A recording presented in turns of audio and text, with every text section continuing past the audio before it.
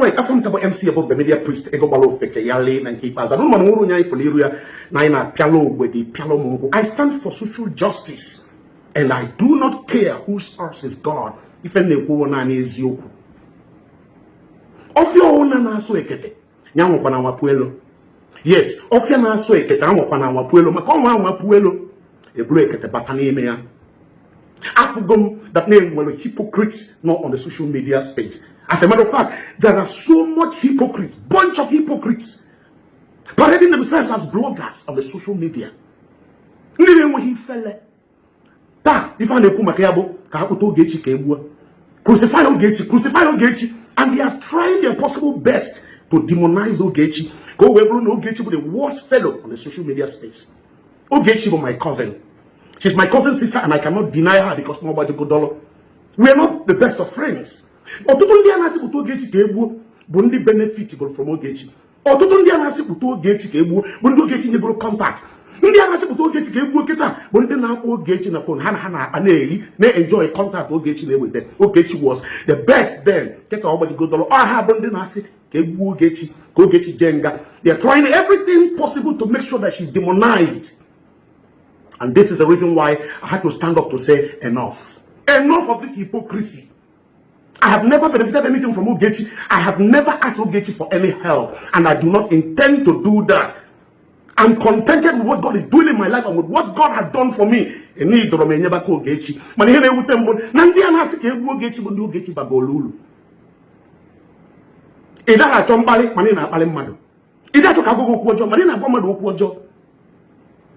It is to get what is not true. Boom, mad allegation. You allege what is not true about others. I allege is a bogo. Is a mulugoko. Open nature on social media. Whatever happened on social media should end in the social media space. If I'm in a team, now I come mad. If I'm in a team, Kedonia Aleka, Kedonia Aleka Alea Yanando. Kedonia Mary Femelana and Ayanando on social media. When you came Mary Femelo or to maintain a social media. When you came Mary Femelo back at social media. But all these people balanced. Is it because I am on a court? Is it because I am on a police? How balanced? Because they understand. No, you're not dragging our publicity. We're not dragging Waka on the yellow to become more popular. Now, all of you now you drag your mother. I only get police or a court. It's will be I was able to be for J police. We all stood against it. See what do you mean? I'm on Wendy's in if Doro J Park. I stood my ground and okay, J Park. Oh, nobody accused me that J Park abro one them on a J Park one them. Everybody watching Kate Blue case here and easy. If you continue with this case, I'll get involved. Today, Ogechi Kana Musikebu. Onyobra na kwaka. O come on in neighbor na boka. Nyane kwa ko bosin keo. Ta go Ogechi Kana Sikebu. Echi oga bukwa another person's storm. If Ogechi Oliano, nke adiche. If was by Ogechi to us by Ogechi Disa. Are you sure that you did not insult Ogechi before she reciprocated? Ogechi Ashawo Chicago. As Ogechi wouldn't lie. And when people put up no Ogechi Apatuzu, while no Ogechi Nando. I laid all kinds of things. On your front car, Ogechi Kugalesiano, Mogechi Savio Kuabaria. You may expect no in a corner, and I chop on my. You may expect no in a corner, Gakon to see Togoto.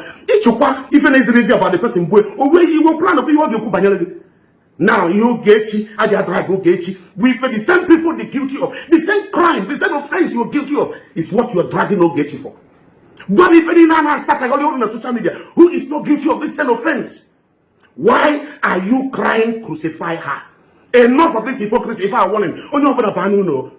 Oh no, but it's one that on you, but Bapanuno. Oh no, but Bapanuno. Of you analyze the bull in the canal. You are daring us. You are daring in the you are daring me. You are daring me. Yes, I'm pushing upon you.